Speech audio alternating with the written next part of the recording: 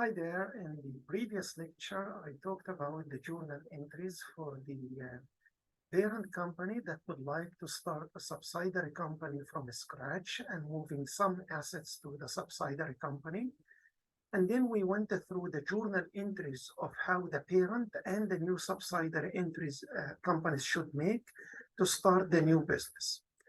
Then we talk about the journal entries for a parent company that would like to acquire part or all of the ownership for an existing company. And to do that, the parent company might give cash or shares to the subsidiary company, and in return will take controlship. And here we said that the company might own all of the ownership, or the company might have a controlling ownership, and we calculated the goodwill here when we exchange the shares or the cash for ownership. If the company paid less than the net identifiable assets, then we calculate bargain purchase. If the company pays more, we calculate a goodwill, and then we discuss the differential. And now we will talk about a new part in this chapter about the worksheet and the consolidated balance sheet. So with this in mind, let us talk about first, how can we make the worksheet where we calculate the goodwill impairment and the net income between the parent and the subsidiary and the earning per share? What do we mean by worksheet? I mean separate calculation that we do it before we make the journal entries. And the last point in this chapter is how to consolidate the balance sheet of parent company and subsidiary company and make one consolidated balance sheet. So here is a very simple example for the worksheet. In 21, Polo, which is the parent company, purchased solo net identifiable assets and recognized a goodwill. And this is what we see in this column. This is what happened in 21. So we have cash, we have inventory, we have building, goodwill, accounts payable, and this happened in 2021. Now, after 2 years, in December 23, Polo tested the goodwill. Which goodwill? This one, 82,400. And after 2 years, the cash had the same value. Inventory increased in fair market value. Building increased in fair market value. Accounts payable increased, the same. And we need to test the impairment of the goodwill. However, this goodwill here, the 318,800, the total, we get it by adding all the assets, including the goodwill, minus the liability 32,400. For the time being, I say, forget about this fair market value, and let us assume that we will have one of the three fair market values. So we assume in requirement A, the fair market value will be 364, or B, 304, or C, 284. To calculate the impairment, I made it in a simple schedule. So here you can see the new fair market value, which was required in the example, I put them here. The carrying value, which doesn't change, I put it here. And we need to see the difference. So how do we get the difference? We subtract the required fair market value from the carrying value, and we get those numbers. So 364 is higher than the carrying value, and we get 45,200. So here the difference is positive. Why? Because the fair market value is higher than the carrying value. However, for required B and C, the difference is negative. And because the difference is negative, we have to calculate the impairment. The goodwill doesn't change. So here it's 82,400. Because the difference is positive, we will not record any impairment. But because we have difference in the second requirement, the goodwill will be reduced to 67,600. And in C, it will be reduced to 47,200. 600. So now the impairment in the first requirement will be 0. Why 0? Because the difference is positive, so we don't record impairment. But because here it's negative, we consider it impairment here, and here it will be impairment. So by doing that, we calculate it as if it's an expense. So we reduce the goodwill by the reduction that happened in the fair market value. This is the worksheet calculation. Now let us jump to another exercise. In this exercise, we talk about the calculation of the net income and the EPS. In 22, in 1st of July, Panda, which is the parent company, merged with Simco, which is the subsidiary company, where Panda issued 500,000 shares. So remember, the shares have been issued in July 1st. It means at the middle of the year. And the fair value of the shares exchanged equal to the book value. And here is the net income for Panda and Simco in 21 and in 22. But in 22, I split it into one half of the year before the combination, the other half after the combination. So the first half here, we see Panda made net income of this amount and Simco made net income of this amount. In the second half of the year, Panda continued to make income, but Simco disappeared because it was combined with Panda. So why I put 0 here? Because Simco doesn't exist anymore. Now we need to calculate the net income for Panda. So before the combination, Panda had 2 million shares, and the shares that have been issued to Simco were not outstanding during the year. And now we need to calculate the net income and the EPS for Panda in 21 and 22. What shall we do? So to make it easy, I put it in a table. So we have here the net income in 21 for Panda, 3 million. It will be 3 million here in the calculation, because in 21, Panda and Simco were separated. So I put only the net income for Panda without Simco. In the second year, 22, I put Panda's income here, 2,975,000 plus 3,525,000. So we get the net income here of 6,500,000. And this is what I put here, 6,500,000. Now, how about the outstanding shares? In 21, we said we have only 2 million. So I put the 2 million shares here. I'm sorry, I should remove this dollar sign because those are shares. And now, how about the second year? In the second year, if I go back here, the company issued 500,000 shares in the middle of the year. So those 500,000 shares, they were outstanding only for half year, for 6 months. So how can I calculate it in the outstanding? I get the 2 million, which were the original common stock, but we take the shares issued multiplied by 6/12. Why? Because to reflect this half year only. And then we get here 2,250,000 shares. So remember, those numbers are in shares, not dollars. And now we divide the net income over the number of shares to get the EPS. So if we divide 3 million over 2 million shares, we get 1.5 earning per share. And for the second year, we get $2.89 per share. This is what we mean by EPS. So in the worksheet, we learn how to calculate the impairment of the goodwill and how to calculate the net income and the earning per share.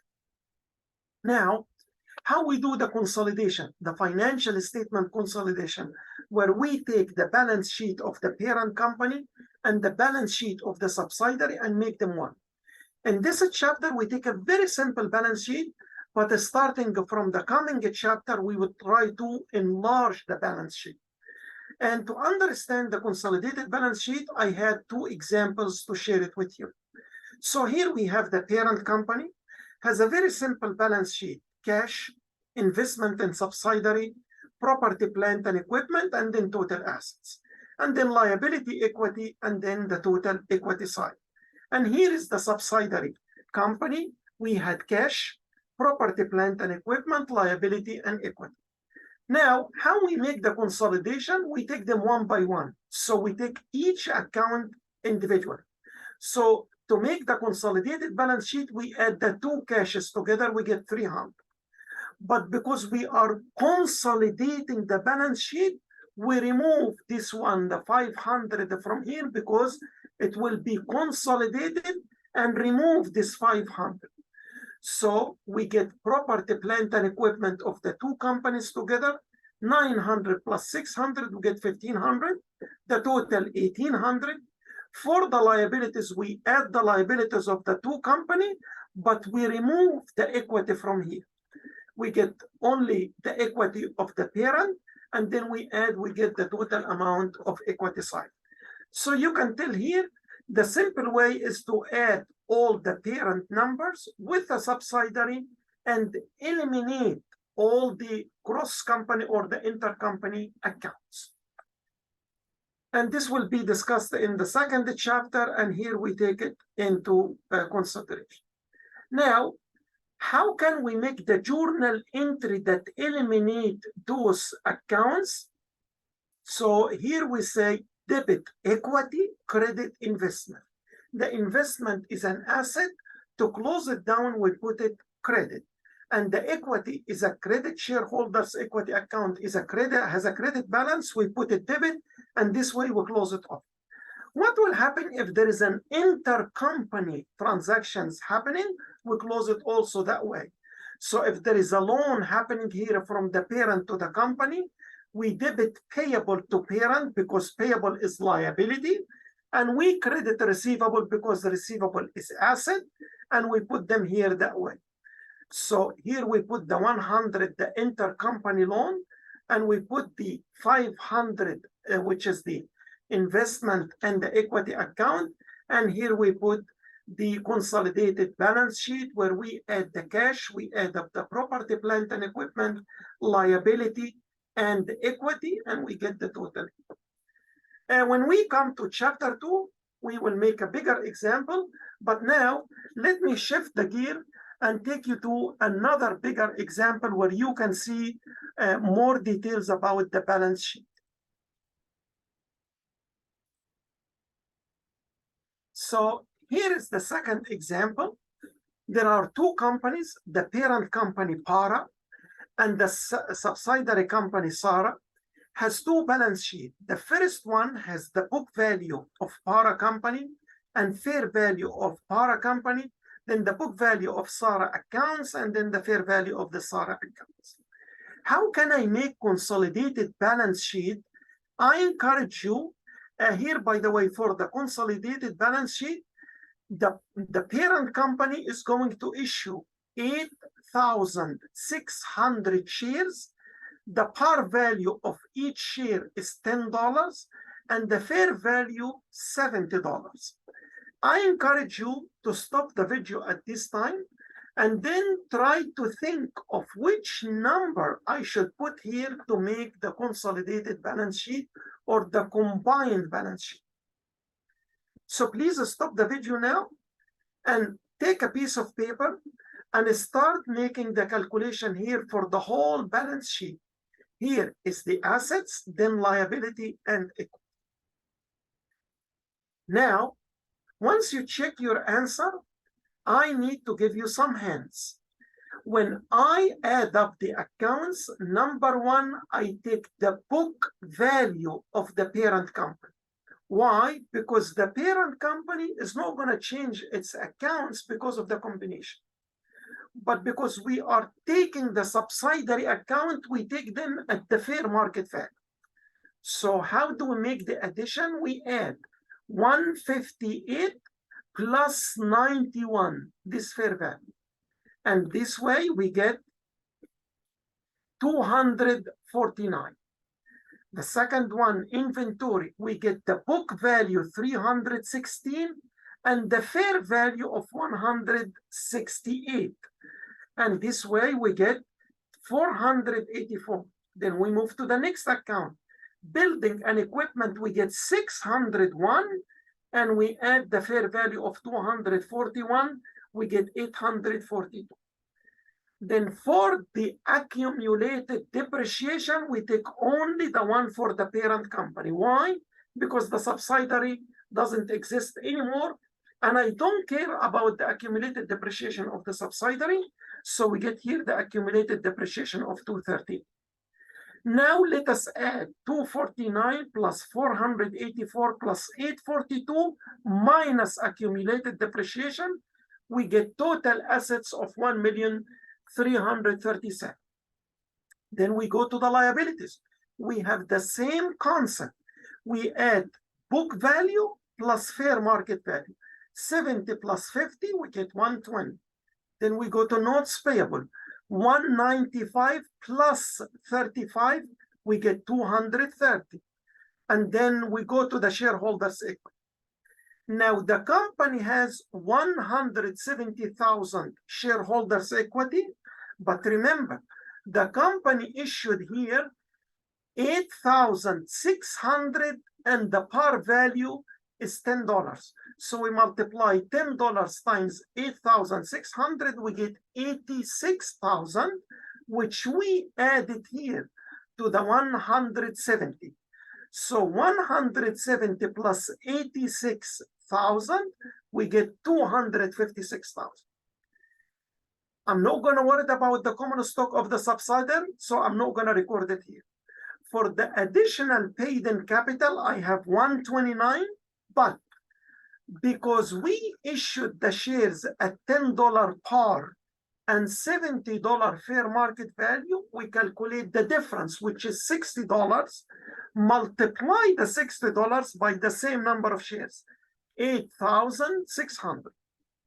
And then we get the amount here and add it to the additional paid in capital here, 129 plus 8,600 times $60. We get the total.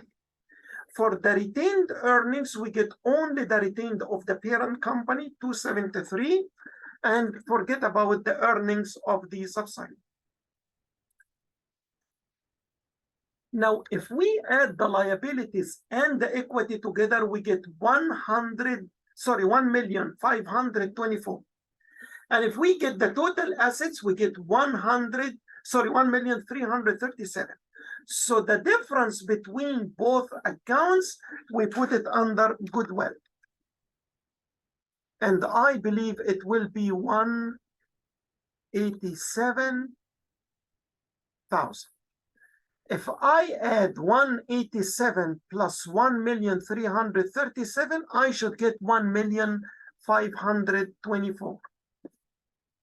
So here, this one should be 1,524. And this is what we call consolidated balance sheet or combined balance sheet. I hope you find those two examples helpful to understand how to make the combination of a balance sheet between the parent and the company. In the assignment, you will see more or less similar examples, but maybe different numbers. I hope you find those two lectures helpful to do the assignment and learn new techniques about the combination. Thank you so much. Bye-bye.